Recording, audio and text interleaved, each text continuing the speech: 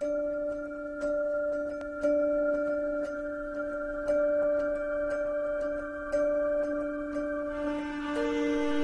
you understand that in Christianity, the relationship between the Father and Jesus is the pattern for the kind of relationship you and I are to have with Jesus? If you could ever find out what kind of intimacy, what kind of oneness, what kind of flow that Jesus had with His Father, you would know automatically, friend, what kind of intimacy and flow and life you're going to experience 24 hours a day in Jesus.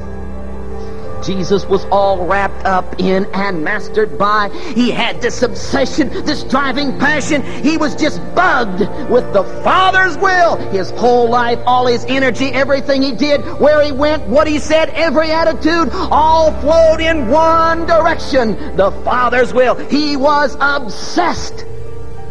He says, as I'm mastered by and all wrapped up in and obsessed with the Father and His will, guess what? You're going to be all wrapped up in and mastered by Jesus and His will. As my whole heart beats for the Father, so your whole heart is going to beat for me, as I've got one driving passion, one determining factor, one high priority in my life, Jesus says. So you're going to have one driving passion, one high priority in your life. It's going to be Jesus and His will. Jesus is going to be your life. He's going to be your love. He's going to be your turn on. He's going to be your obsession. He's going to be the talk of your lips. You're going to think about Him 24 hours a day. He's going to be intimately involved in everything you do. He's going to determine your evenings. He's going to determine when you get up, when you go to bed. He's going to determine where you go. He's going to determine your attitudes. He's going to be determining your business. He's going to be determining business deals. He's going to determine how you conduct yourself at the school. Your whole life is going to revolve around and be mastered by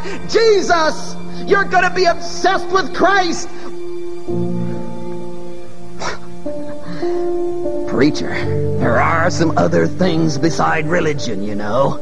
I mean, religion is nice, and Christianity is fine, and Jesus has His place, and certainly we want to keep the church open on Sunday, and I mean, religion is really okay, and it's fine to pray before your meals, and we certainly want to be saved and go to heaven, but there are other things in religion. You're right.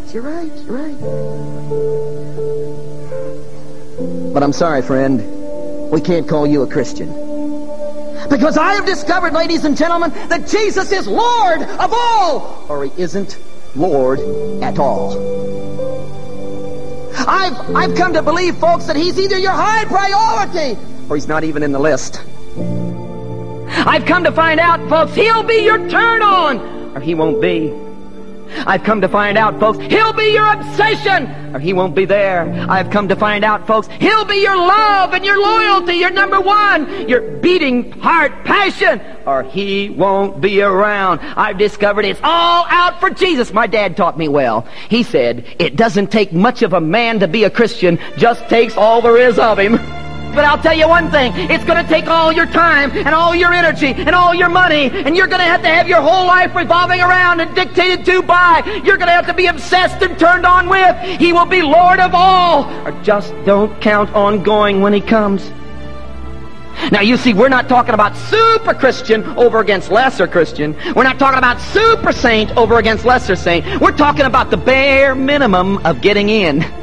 You note around here we don't talk about lukewarm Christians, kind of Christians. Maybe Christians hope they're Christians.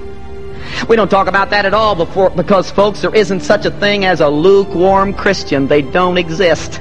That's like talking about dry water. There's no such thing as half Christian. You're either all out for Jesus. Well, preacher, I'm trying to be. Do you go up to an elephant, whack him on the trunk and say, are you an elephant? Well, he says, I'm trying to be. You don't try to be an elephant. You either are or you aren't. And there's only one standard for Christianity, folks, and that is all out for Jesus. I want to ask you, friend, when are you going to go all out for Jesus? When's He going to become your love? When's He going to be your turn on? When's He going to become your delight? Well, what does He demand out of you? All out for Jesus. Number one, turn on, obsession, passion, burning from the heart. Can I ask you, friend, when are you going to pull out all the stops and just begin to burn for Jesus? When's He going to be your love? When is He going to be your delight? When is He going to be the excitement of your being? When is He just going to be your living experience? When are you going to go all out for Christ? You know whether Jesus is your love. You know whether He's your turn on. You know whether He's your excitement. You know whether He's your life. You know whether He's a hobby that you have. You know whether He's the God you come to on Sunday morning and tip your hat to the God to check in down at the church house. You know, friend, whether He's an overcoat that you put on in the winter and take off in the summer. You know whether He's your life. And I'm trying to tell you, friend, you're damned until He's your life. You're not going to make it. There aren't degrees in Christianity. It's either all out for Jesus or it isn't. The issue's not good and bad. Everybody here is good. The issue is, He's not been all